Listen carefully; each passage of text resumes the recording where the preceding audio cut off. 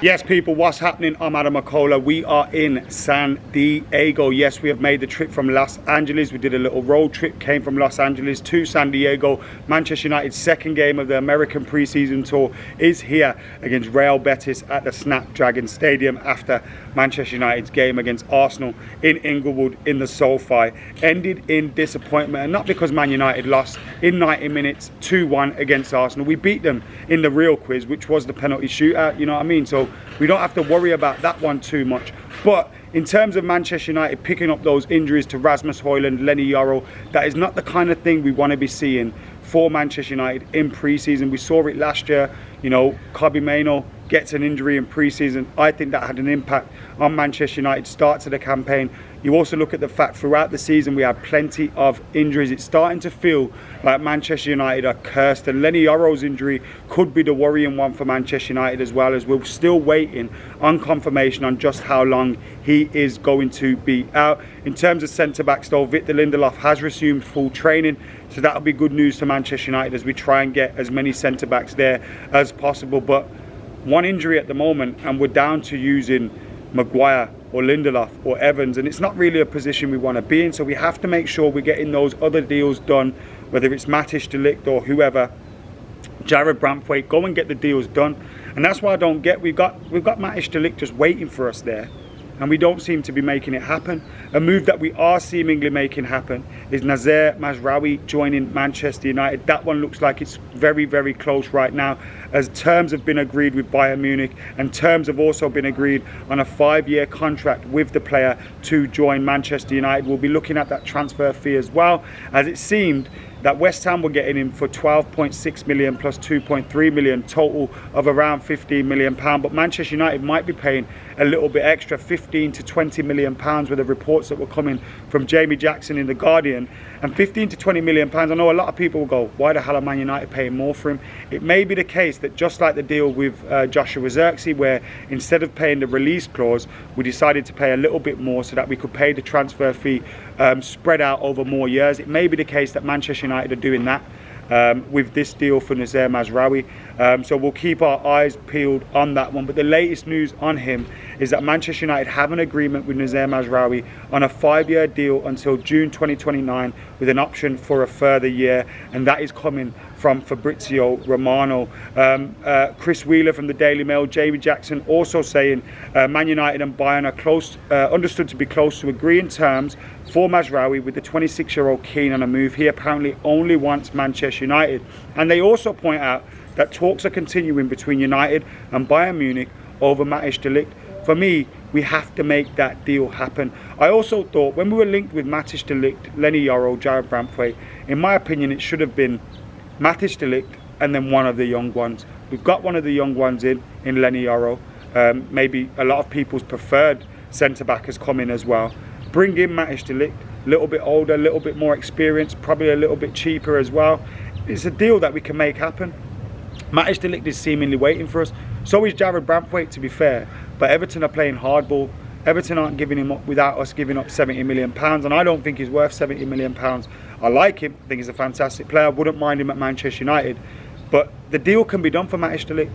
It seems like Everton are dragging their heels with this one. So go and get him. Go and get him. He clearly wants Manchester United. Go and get him. Just feels a little bit odd to me. But Mazraoui looking like he's ready to come in. That could be dependent on Aaron Wan-Bissaka going out and going the other way. Now the deal for Mazraoui to West Ham fell through, but it looks like they could now be helping us out by taking Aaron Wan-Bissaka. Now the fee we could get for Aaron Wan-Bissaka is nominal, and I just feel like, is it worth focusing on the left back position? Now, Steve said something today in the paddock video that we did, that the style of play that Mazraoui will play is much more suited to Manchester United. Fair enough. But it just feels like when you've got two fullbacks at left back that are rarely fit, yeah, I just feel like we should be probably looking after that position a little bit more, unless we've done some medical tests on Luke Shaw and we've seen something that gives us some confidence. But Terrell Malacia ain't even out on pre-season tour. And that's not because he was involved in the Euros like Luke Shaw. He's not even here on the pre-season tour, so you need to sort that out at left back. And you, of course, you can sort out multiple positions, but it doesn't feel like we'll be sorting out both right back and left back. And could that be a problem with us going forward? And I just feel with Diogo Dalot there and Wan-Bissaka, we have two different style of fullbacks. Maybe that's the problem. But we have two options there. Whereas on the other side, we don't have any options at the moment, and they have it all to prove. So yeah, very, very interesting in those developments. In terms of news there, Mazraoui, the Moroccan, joining Manchester United, but that one looking very, very close right now. We're also hearing as well, it's been reported quite widely, Laurie Whitwell and Telegraph's James Docker, the articles that I've been reading this morning. It says Manchester United will aim to build a 100,000-seater stadium should the club press ahead with plans to move to a new Old Trafford. The six-figure capacity is seen as a realistic number designed to future-proof the ground, given the high demand for tickets. Docker adds Manchester United will not make a final decision on the stadium until the end of the year, following full consultation with the supporters. A new 100,000 capacity stadium could cost more than $2 billion and take 6 years to complete. So it looks like Manchester United could be edging close to a decision to change stadiums completely. Now obviously it'll be close to where the current Old Trafford is, and it'll be close to the ground there. But I am a little bit of a traditionalist in a sense, and look, I think the stadiums in America are absolutely fantastic. They're incredible. But there are also some stadiums where you look at them and you go, have they captured the essence of the old stadiums? Have they captured the history and everything of the older stadiums? You're looking at, Arsenal. They left the iconic Highbury. They moved to the Emirates. I don't think they've recaptured that feel that they would have had at Highbury. You look at England. They leave Wembley with the two towers and everything, and they move to the new Wembley with the arch. Wembley feels hollow to me. And Man United have achieved loads of things there. We've had loads of great memories there, but it just does feel hollow to me. And I think we've got to be very, very careful when building a new stadium, that we don't lose that history, don't lose that tradition, don't lose those feelings that Old Trafford give you. Now, it is some talk that, they want Old Trafford to look familiar to the Old Trafford that we know and love right now. And maybe it is too difficult to build up on the current Old Trafford and improve that, and make the spaces on the concourse while being able to increase the capacity and all those kind of things. Maybe it costs too much money to do that, and you wouldn't get as much of a return in terms of your investment on revamping the current stadium. But I don't know, man. It feels weird, and I think it's a little bit of a risk. I love the history and tradition of Old Trafford. So many memories tied up in it, and I just worry that you'd lose that if you did move on from it. But we'll wait and see what happens anyway.